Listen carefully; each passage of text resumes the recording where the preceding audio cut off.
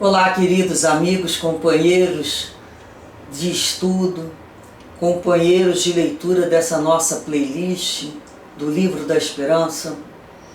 Como sempre, agradecemos a Deus pela oportunidade desse estudo, agradecemos ao Espírito Emmanuel, que Ele seja sempre iluminado por nos trazer mensagens de esclarecimento e consolo pela psicografia do nosso querido e abnegado médium Chico Xavier. Como agradecemos dessa reencarnação, o encontro e o entendimento que a doutrina espírita a todos nós oferece. Mudanças de padrão, de pensamento, de reações, de entendimentos, de escolhas. Como não sermos agradecidos? Agradecemos também o carinho de todos que nos incentivam e que apoiam, através dos seus pensamentos, através das suas preces, dos seus comentários, esse singelo estudo. Sempre deixamos claro que aqui é um estudo do Evangelho. É um estudo singelo. Não temos pretensões alguma. É um assunto para relembrarmos esse Evangelho, certamente, por inúmeras reencarnações que ainda nos virão. Mas cada vez que relermos, ouvirmos, estaremos mais aptos a uma compreensão e um agir de acordo com tudo aquilo que Jesus nos deixou como lições eternas. Hoje iremos fazer a leitura da mensagem 41 que Emmanuel nos trouxe, com o título Concessões, autorizações. E Emmanuel, início, ele nos traz a anotação de Mateus no capítulo 6, versículo 42, em que Jesus nos diz: dá a quem te pedir e não te desvies daquele que quiser que lhe emprestes. E após ele vai continuar no capítulo 15 do Evangelho segundo o Espiritismo, com o título Fora da Caridade não há salvação, nos falando do item 5. O item 5, na realidade, é uma explicação que Kardec nos dá do item anterior, que tem como título o maior mandamento, que é o item 4. É quando os doutores da lei, sempre com o intuito de fazer pegadinhas, ciladas, malícias com Jesus, lhe perguntam qual é o maior mandamento da lei. Dentre todas aquelas prescrições que nós já estudamos, que existem no Antigo Testamento. Se ele fala uma, se ele fala outra, então eles queriam pegar Jesus. Qual a maior? Jesus, conhecendo a intenção de todos eles, ele conhece as suas ovelhas pelo nome, Então, ele lhe responde: a maior, amarás o Senhor teu Deus de todo o coração, de toda a tua alma e de todo o teu espírito. Esse é o maior e o primeiro mandamento.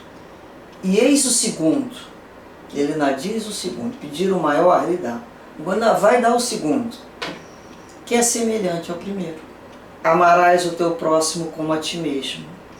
Toda a lei e os profetas estão contidos nesses dois mandamentos. toda a lei. E aí o item 5, Kardec veio nos dizer que a caridade e humildade é o único caminho para a salvação. O egoísmo e o orgulho, o contrário disso, é o da perdição. Tal princípio está formulado de maneira precisa nas seguintes palavras: amarás a Deus de toda a tua alma e ao teu próximo como a ti mesmo. Toda a lei e os profetas estão contidos nesses 2 mandamentos. E para que não houvesse dúvida na interpretação do amor a Deus e do amor ao próximo, ele acrescentou: e eis o segundo mandamento, que é semelhante ao primeiro. Isso quer dizer que não se pode amar verdadeiramente a Deus sem amar o próximo, nem amar o próximo sem amar a Deus. Portanto, tudo que se faz contra o próximo é contra Deus que se faz. Não se podendo amar a Deus sem praticar a caridade com o próximo. Todos os deveres do homem se acham resumidos nestas palavras: fora da caridade não há salvação. E Emmanuel nos traz a sua mensagem, nos ensinando: enquanto podes agir no corpo terrestre, medita de quando em quando naqueles que largaram, sob regime de compulsória, os talentos que o mundo lhes confiou.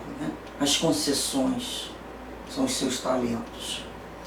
Para isso não é necessário recorrer ao arquivo dos milênios e nem consultar a pompa dos museus. Alinha na memória o que viste partir nos últimos 20 anos.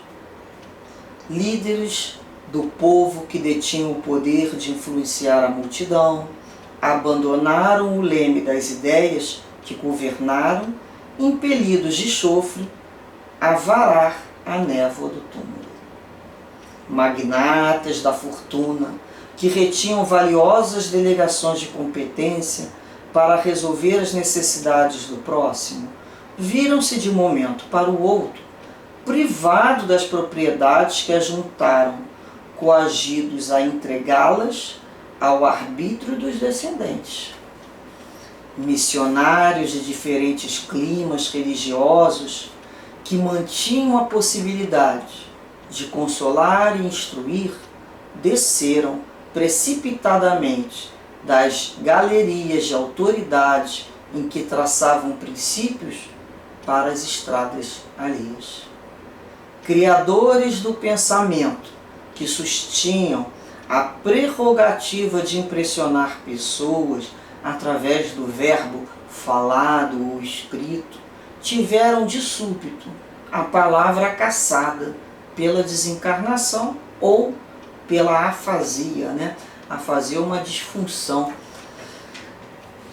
da criatura conseguir se comunicar de forma adequada.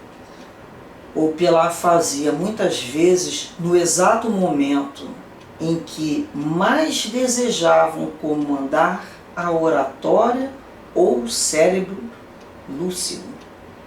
Pensa neles, os beneficiários das concessões divinas que te precederam na morte, e faze algo hoje melhor que ontem nos domínios do bem, para que o bem te favoreça.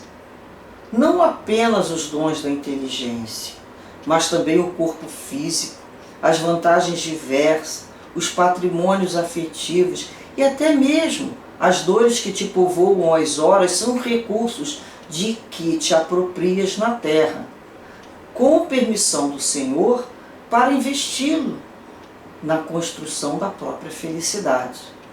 As leis que vigem no plano físico são fundamentalmente as mesmas que orientam as criaturas no plano espiritual.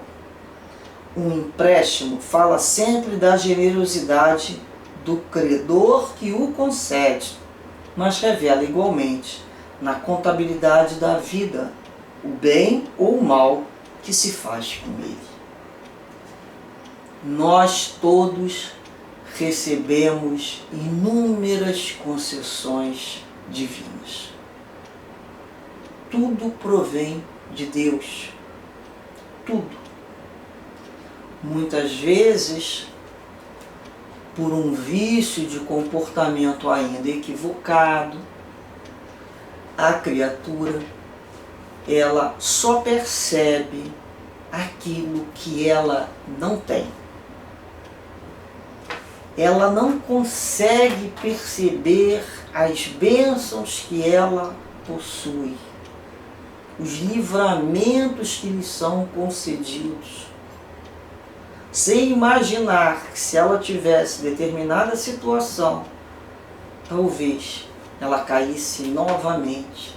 E na maioria das vezes, nós mesmos pedimos, imploramos para que nos retirem alguns talentos que nos levaram ontem à ruína moral. Quantos que conhecemos que governaram países desde a história do mundo que se perderam nessa autoridade, esquecendo do seu objetivo maior, que era o povo, trabalhar para o bem comum. Quantos que detiveram fortunas, né? Magnatas mesmo, e de uma hora para outra tiveram que deixar por herança ou para os descendentes ou para o Estado resolver o lugar deles. Porque muitas vezes eles pensavam, amanhã eu faço isso, deixa eu guardar aqui um pouquinho mais, amanhã eu cuido disso. E o amanhã, a gente não sabe a hora, ele é certo que vem, mas a gente não sabe a hora, né, que a conta vai se fechar. Ele vai falar, inúmeras pessoas que tinham ali a possibilidade de consolar e de instruir, de uma hora para outra, eles se veem numa outra estrada alheia. O que eles irão receber? O que eles plantaram? Ele foi feliz, né? Criadores do pensamento, tanto do verbo falado quanto escrito. Quantos filósofos, escritores famosos, oradores, que naquele momento, né, que eles se sentiam no auge, de súbito a palavra dele é cassada pelo desencarne ou por um processo de uma doença, de uma afasia. Pensa neles, então ele nos convida a pensar. Todos que nos precederam foram antes de nós, né, em direção à verdadeira vida, que é o plano espiritual. Vamos pensar nas vantagens diversas, nas concessões que Deus nos deu. Braços fortes, poder caminhar, o poder falar. Quantos exemplos temos de almas, né, que adoentadas e mesmo num leito, como o querido Jerônimo, era levado para consolar, esclarecer a tantos outros, da forma que pudesse. Quantos estão acamados e usam do telefone para comandar ou direcionar uma campanha a favor do outro, ou nos colocarmos nos lugares mais simples, mais humildes, mas pensarmos a cada dia, Senhor, o que Tu esperas de mim no dia de hoje? E que eu possa dar conta, Senhor.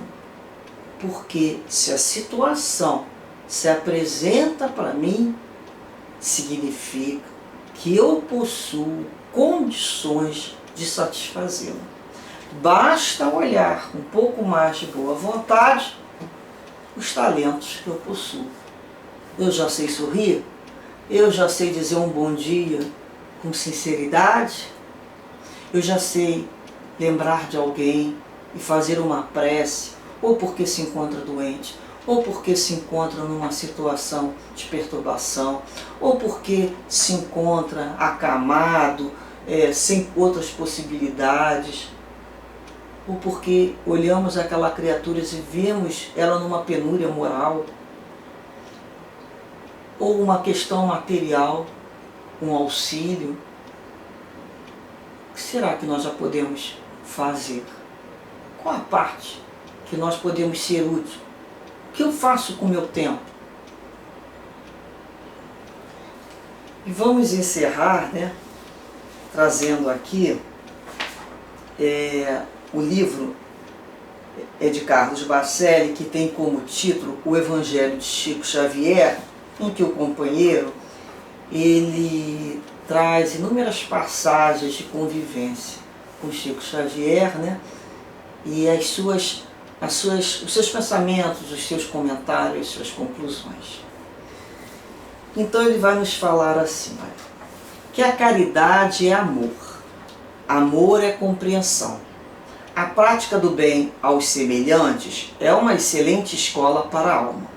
No exercício da caridade, estamos no exercício de todas as nossas faculdades espirituais. É a 186. Na número 187, Chico nos diz assim: no mundo espiritual, muita gente vai se surpreender. Lá não seremos identificados pela importância, ou melhor, pela nossa suposta importância no mundo. Os espíritos nem ligam para a gente, estão ocupados cuidando da sua própria evolução, se pudermos acompanhá-los. Tem gente que pensa que espírito benfeitor é babá, Tem gente que pensa que o espírito benfeitor fica ali do lado da criatura colado, geralmente esse é o obsessor, ali atendendo ela em situações da vida que ela já é capaz de resolver. Por isso ele nos fala, Caso contrário, vamos nos sentir profundamente decepcionados. Vamos pensar nisso. Gente há que desencarna imaginando que as portas do mundo espiritual irão se lhes escancarar. Medo e engano. Ninguém quer saber o que fomos, o que possuímos, que cargo ocupávamos no mundo. O que conta é a luz que cada um já tenha conseguido fazer brilhar em si mesmo. Esse negócio de ter sido fulano de tal interessa a consciência de quem foi, e na maioria das vezes se complicou. Os espíritos são indiferentes a essas coisas, quase frio aos rótulos que supervalorizamos e ao convencionalismo, coisas que nos fazem supor o que não somos. Então, ledo engano, Por isso a importância de desenvolvermos cada vez mais o entendimento do que é essa caridade e a humildade. A humildade não pode ser uma virtude isolada. Humildade é uma virtude conquistada a partir de inúmeras outras. Quando temos paciência, quando aprendemos a ser tolerantes, quando aprendemos a permitir que o outro se eleve, quando aprendemos a nos sacrificar. Humildade é justamente um complemento, é o que vai juntar, consolidar inúmeras qualidades contrárias ao orgulho. E a caridade é quando nós compreendermos que a verdadeira caridade, quando realizamos, estamos realizando na realidade ao nosso favor, para que possamos desenvolver a luz, a potência das nossas almas, que todos possuímos. Basta nos esforçarmos e termos a coragem de colocar em prática. Que Deus nos abençoe, que Deus nos ilumine, que Deus nos ampare e que Jesus nos conduza sempre com o seu amor e com o seu carinho. E abençoe a todas as nossas casas. Graças a Deus.